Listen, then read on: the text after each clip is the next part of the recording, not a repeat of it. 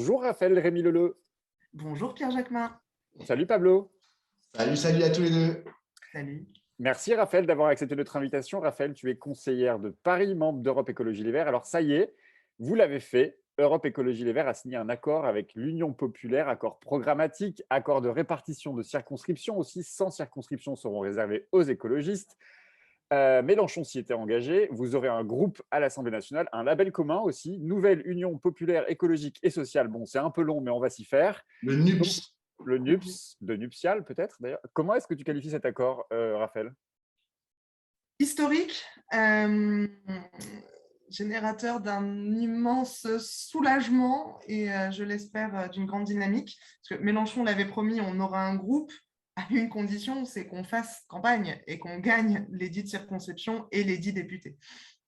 Et le Parlement d'Europe Écologie Les Verts a approuvé hier à 80% l'accord. Il reste encore une étape, les militants, ça va passer? Oui, enfin, j'espère bien. Après, c'est toujours compliqué de dire de préempter un vote. Mais en tout cas, ce que j'en vois depuis hier soir et même avant, en fait, il y avait une vraie impatience et vraiment bravo à toute l'équipe de négociation, que ce soit à l'AFI ou à ELV, parce que la pression était immense, une pression politique, une pression personnelle en termes de fatigue, et tout le monde qui t'envoie un texto pour te dire « et moi, et moi, et moi, et moi ».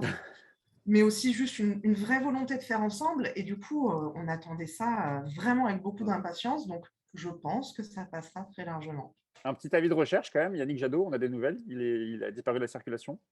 Je ne sais pas. Je sais qu'il a publié hier la mobilisation des écolos européens contre le travail forcé et les appels à manifester pour le 1er mai. Après, je pense qu'honnêtement, au-delà des désaccords que je peux avoir avec Yannick, après une élection présidentielle, il me semble que tu peux avoir envie de te reposer. Mais ça veut dire quoi? Ça veut dire qu'en creux, il n'est pas hyper emballé à l'idée d'un accord avec l'Union populaire? Alors ça, vraiment, j'en sais rien. Je n'ai pas parlé à Yannick Jadot ces derniers jours. Il y aura peut-être une circo.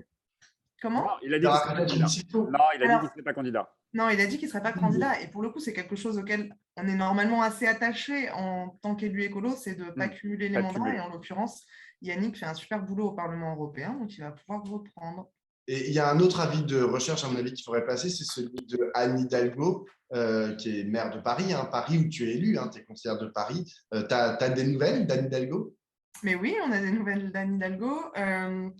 Elle est revenue exactement aussi, elle, d'une fin de présidentielle qui a été dure et d'un moment légitime où tu te reposes, où tu te ressources un peu.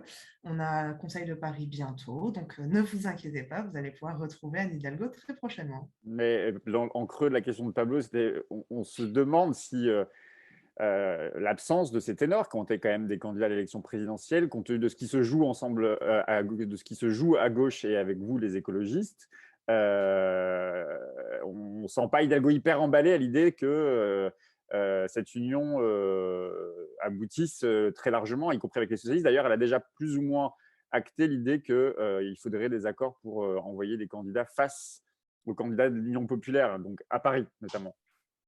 Face aux candidats et aux candidates de la nouvelle Union populaire écologique et sociale. Alors ça, c'était le propos d'Anne Hidalgo avant que cette on verra bien ce que ça donne, puisque alors déjà, on espère encore que la discussion avec les socialistes va aboutir, et donc en fait qu'il n'y aura pas uniquement les insoumis, les insoumises et écologistes, mais aussi les socialistes, mais aussi les communistes. Et le NPA. Et le NPA. Et le NPA, nos camarades du NPA, c'est quand même assez fantastique. Après, on ne va pas non plus remuer le couteau dans la plaie, qu'il s'agisse de Anne Hidalgo ou d'Yannick Jadot. Finalement, on en est à cela aujourd'hui, à cause ou grâce à elle et lui, de stratégies politiques et électorales qui ont abouti à des scores très faibles et qui, du coup, recomposent la gauche. Et maintenant, on est au travail pour essayer de le faire, mais c'est vrai que ça ne doit pas être… Mais il y a un petit pied de nez quand même à l'histoire, quand même, parce que si on revient 1 an, voire 2 ans en arrière, Yannick Jadot a été un des premiers à défendre la ligne de l'union, de l'unité, en tout cas de la question d'un candidat unique pour l'élection présidentielle. Ça a échoué. Anne Hidalgo a été celle qui a proposé aussi l'unité en faisant une primaire de la gauche en décembre dernier, sortie du chapeau, comme ça. Et aujourd'hui, on les sent plutôt loin de ces discussions, ou en tout cas pas franchement en accord avec cette idée-là. Est-ce que c'était une fausse ambition de leur part à l'origine de faire l'union, ou est-ce qu'il y a un problème de ligne politique qui est en train d'exploser au sein même des courants et des formations politiques? Je serais bien en peine de juger des intentions passées, actuelles et futures d'Anne Hidalgo ou d'Yannick Jadot. Euh, Ce qui est certain, c'est que déjà, c'est pas la même élection en fait. Et dans notre modèle institutionnel, ça reste beaucoup plus facile, même si ça n'a pas été facile, de faire un accord pour des élections législatives que pour une élection présidentielle, que ça soit en termes de délai, d'engagement personnel et politique, ou même en termes d'engagement financier. Je ne sais pas, honnêtement, moi, si demain ou après-demain, on a Anne Hidalgo et Yannick Jadot qui arrivent sur les plateaux et qui disent bravo à nos candidats et nos candidates, allez, on fait campagne, on essaye d'obtenir cette majorité alternative et au moins cette opposition structurée face à Emmanuel Macron, et bien tant mieux, quoi. Alors, ce matin, les politiques, enfin, surtout de droite, les journalistes, les commentateurs, les éditorialistes, étaient un peu déboussolés par rapport à cette nouvelle donne politique qui est en train de se dessiner. On a tout entendu, hein, tambouille politique, soupe de logo, etc. Et surtout le fait que vous n'y allez pas pour gagner, que c'est juste une opération de communication politique pour tenter d'obtenir le plus de députés possible. Du coup, la question, c'est genre, est-ce que vous y allez pour gagner? Est-ce que vous y allez pour la majorité ou est-ce que c'est voilà, juste pour essayer de sauver les apparences et les sièges? Alors déjà, on va rendre à regard ce qui est à regard, à savoir que est-ce qu'on y va pour gagner? Je ne sais pas, vous avez même imaginé un gouvernement. Donc c'est que quelque Dans part… lequel tu es ministre, je te rappelle, comment? de l'égalité, dans lequel tu es Oui, absolument. Je suis ministre de la diversité et de l'égalité des genres. l'égalité des genres. C'est quand même assez marrant de voir cette panique à bord chez les réactionnaires et les conservateurs. Est-ce qu'on y va pour gagner un maximum de députés?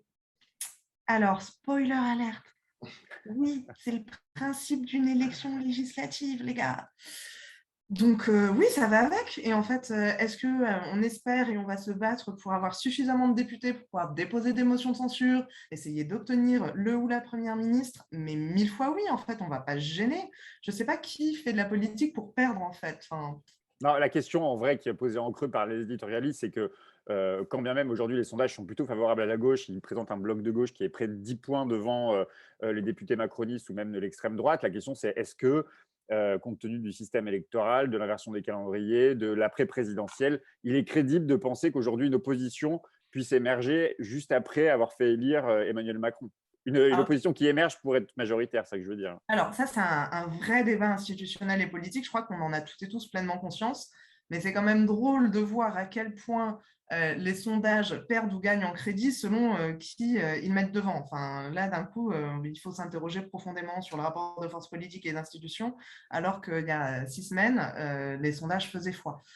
Non, ça ne va pas être facile. Et en effet, cette inversion du calendrier, le fait que ça vienne après une élection présidentielle, etc., c'est très difficile. Mais pourquoi c'est difficile? Parce que l'inversion du calendrier entre les présidentielles et les législatives, ça fait que généralement, les gens votaient aux législatives portés par un élan, portés par le dynamisme d'une campagne, l'espoir en un projet, en un homme présidentiel, parce que malheureusement, on n'a jamais eu de femme, et qu'elle et il voulaient donner une majorité à cette personne. Alors, pardon, mais l'élan, la campagne et l'espoir en la personne ou dans le projet d'Emmanuel Macron, je ne l'ai pas beaucoup vu. Donc, c'est à nous d'aller convaincre qu'on peut aller porter d'autres choses, notamment en utilisant l'Assemblée nationale. Et bien sûr, en fait, on ne donne pas les résultats d'une campagne avant d'avoir fait campagne. En tout cas, nous, on aura beaucoup de très belles candidatures à défendre. Alors, quand même, donc vous y allez pour gagner. Or, il est écrit que si la gauche est majoritaire à l'Assemblée nationale en juin, vous ferez le choix de Jean-Luc Mélenchon pour Matignon, celui-là même que vous avez combattu assez ardemment pendant la présidentielle. Alors, Mélenchon a appelé les militants à sortir de leur rancœur, mais quand même, est-ce que tu ne dis pas que tout ça, c'est beaucoup de temps perdu quand même? Qu'est-ce que c'est du temps perdu, pardon? D'avoir tapé en fait sur celui que aujourd'hui vous pourriez potentiellement passer à Matignon, quoi. Vous avez Alors, moi, plus de 6 mois à le taper dessus. Moi, j'ai un problème avec Mélenchon à Matignon, c'est qu'il n'est pas une femme. Bon, à part ça. Si vous l'aviez soutenu comme président de la République et qu'il avait été président de la République, il aurait peut-être nommé une femme Premier ministre. Pas mal, va savoir. En fait, moi, je suis extrêmement sereine vis-à-vis de ça parce que je ne tape pas sur mes petits camarades, en fait. Je n'ai pas tapé sur Jean-Luc Mélenchon, je n'ai pas tapé sur la France Insoumise durant cette campagne. Bon, ok, je me suis énervée une fois sur Fabien Roussel, mais je considère que ce n'est pas au sein de la gauche, en fait, qu'on a à mener les combats, c'est face à la droite et à l'extrême droite. Mais tes camarades l'ont fait. Donc, en Tes effet, camarades écologistes. en effet, je pense qu'on a perdu du temps à faire ça. Et je pense qu'on a d'ailleurs perdu du terrain idéologique et des voix à ne pas combattre plus clairement, plus fermement, plus régulièrement la droite et l'extrême droite. Un mot sur le contenu de l'accord, Raphaël. L'accord, en tout cas, la question du nucléaire n'apparaît pas dans l'accord qui a été signé pour l'instant, parce que justement, des discussions vont venir avec les communistes. Et pourtant, quand on fait le constat des programmes des uns et des autres, quasiment toutes les forces de gauche étaient pour une sortie du nucléaire, à l'exception du Parti communiste français. Rappelons, le Parti communiste français a fait 2,3%. Vous, les écologistes, un peu moins de 5%, quand Mélenchon, sur un programme de rupture avec le nucléaire, a fait 22%. C'est une victoire du Parti communiste français. S'il n'y a pas dans l'accord cette question du nucléaire. Vous savez, c'est ce truc qui peut sembler un peu difficile à appréhender, mais dans un accord, en fait, on liste nos points d'accord ainsi que nos points de désaccord.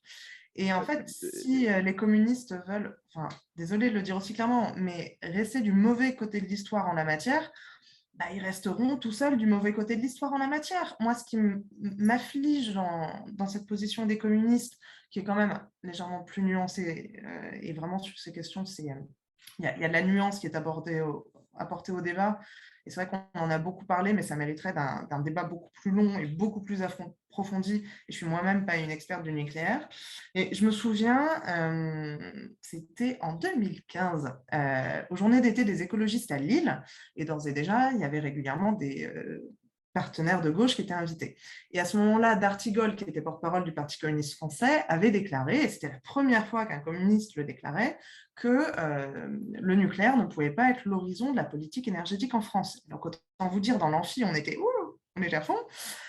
Écoutez, j'espère qu'ils reviendront dessus et que de toute façon, que dans l'accord, on ne reviendra pas sur ce qui est la position majoritaire à gauche et au sein de notre union. Mais ça veut dire que si vous êtes majoritaire en juin prochain, vous dénucléarisez pas, c'est-à-dire que vous renoncez pas aux centrales nucléaires, tout ça c'est mis de côté, c'est mis sous un tapis quand même, non, dans le cadre de l'accord? Alors, je ne pense pas que ça pourrait être mis sur un tapis, ni dans le cadre de l'accord, ni dans le cadre de notre arrivée au pouvoir, en tout cas celle pour laquelle on se bat, ne serait-ce que du fait de la situation en Ukraine, de la tension vis-à-vis des énergies fossiles et même des matières premières. Enfin, on va être obligé d'aborder de manière très frontale les choses. Et le nucléaire représente des coûts absolument délirants. Donc, ce totem français autour du nucléaire, on doit en sortir.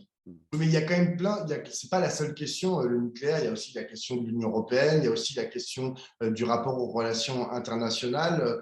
Tout ça, on dirait que vous l'avez un peu mis de côté. Or, si vous arrivez au pouvoir, hein, collectivement, si vous avez une majorité à l'Assemblée nationale, il va bien falloir que vous preniez des mesures. Et du coup, ça va être quoi? Vous allez désobéir aux traités? Vous n'allez pas désobéir aux traités? Vous allez, je ne sais pas ce qui peut se passer en matière de politique internationale. Et sur le nucléaire, bon, tu parles de la situation en Ukraine, mais on peut aussi imaginer que, je ne sais pas, est-ce qu'il faut, peut-être que les communistes, ils voudraient relancer la production d'EPR, enfin la mise en place d'EPR.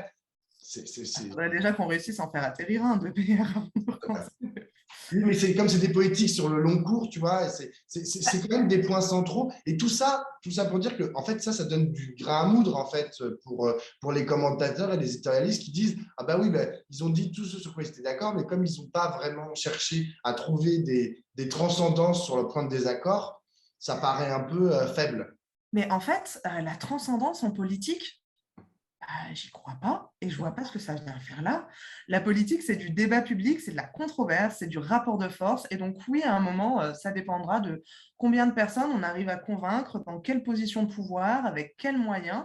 Et ce sera le cas, que ça soit sur le nucléaire, que ça soit alors, sur les questions internationales, le fameux domaine réservé du président de la République. Malheureusement, nos députés n'auront qu'une influence assez réduite sur la politique internationale de la France, et ça questionne encore une fois notre modèle, hein, mais dans notre accord, il y a la Sixième République, et en fait, on va continuer à débattre entre nous, on va continuer à travailler entre nous, et c'est que comme ça qu'on arrivera à prendre des positions, y compris des positions qu'on aura su expliquer et faire adhérer les gens à ces dernières.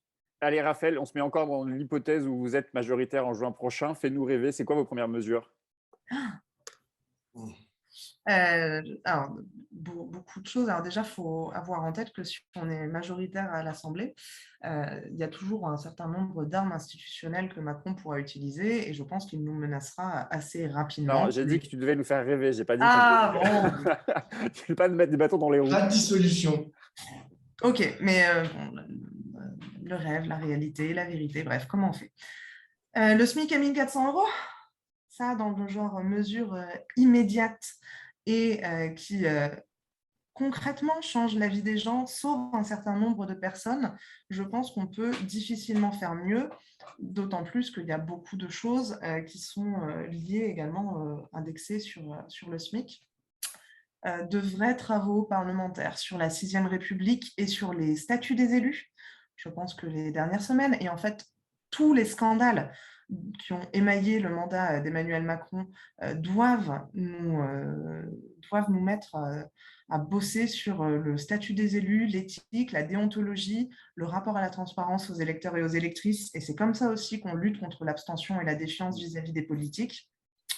On a également réfléchi et commencé à travailler très sérieusement sur comment, depuis le Parlement, on pourrait faire appliquer cette règle verte, ce fait que les politiques publiques doivent être exigeantes et aller dans le sens de la sobriété, de lutter contre le dérèglement climatique et non pas de l'accentuer.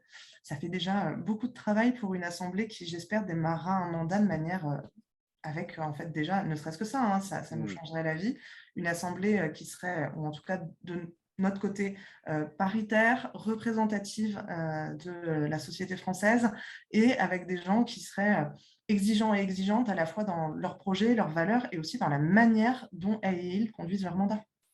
On a une dernière question, Raphaël. Là, on s'est placé dans la situation où vous aviez la majorité à l'Assemblée nationale, mais si vous ne l'avez pas, si vous n'avez pas de majorité pour gouverner, est-ce que du coup, chaque sensibilité, chaque famille politique retournera dans sa chapelle, ou bien est-ce qu'on assiste en ce moment au début d'une union durable entre de la gauche et des écologistes? Alors, moi, j'espère que ce sera une union durable. Pour ça, il faut s'en donner les moyens. Donc, ça commence par mener campagne ensemble, partout, dans toutes les circonscriptions, peu importe que le ou la chef de file soit France insoumise, communiste, socialiste, écologiste, enfin vraiment apprendre à travailler ensemble. Si on n'est pas majoritaire, il va falloir travailler 2 fois, voire 3 fois plus dur pour permettre de faire exister une opposition à Emmanuel Macron, même dans un système institutionnel qui rend cela extrêmement difficile. Et comment on fait? C'est en continuant de faire des choses ensemble et aussi en s'appuyant sur l'ensemble de la société française. Je veux des parlementaires qui soient en manif, je veux des parlementaires qui soient en rassemblement devant les piquets de grève, je veux des parlementaires qui aident aux pétitions et aux mobilisations, qu'il s'agisse de celles pour le climat ou pour la justice sociale ou encore contre les discriminations. Quand on aura des parlementaires qui pourront ne serait-ce que demander des cellules d'enquête, notamment sur les violences policières, là, je pense qu'on pourra aussi gagner du terrain dans nos mobilisations locales, mais aussi dans les discours, dans cette grande bataille culturelle qu'on a à mener. Eh bien, merci beaucoup, Raphaël. Merci à vous, messieurs. Puis on se retrouve à Matignon.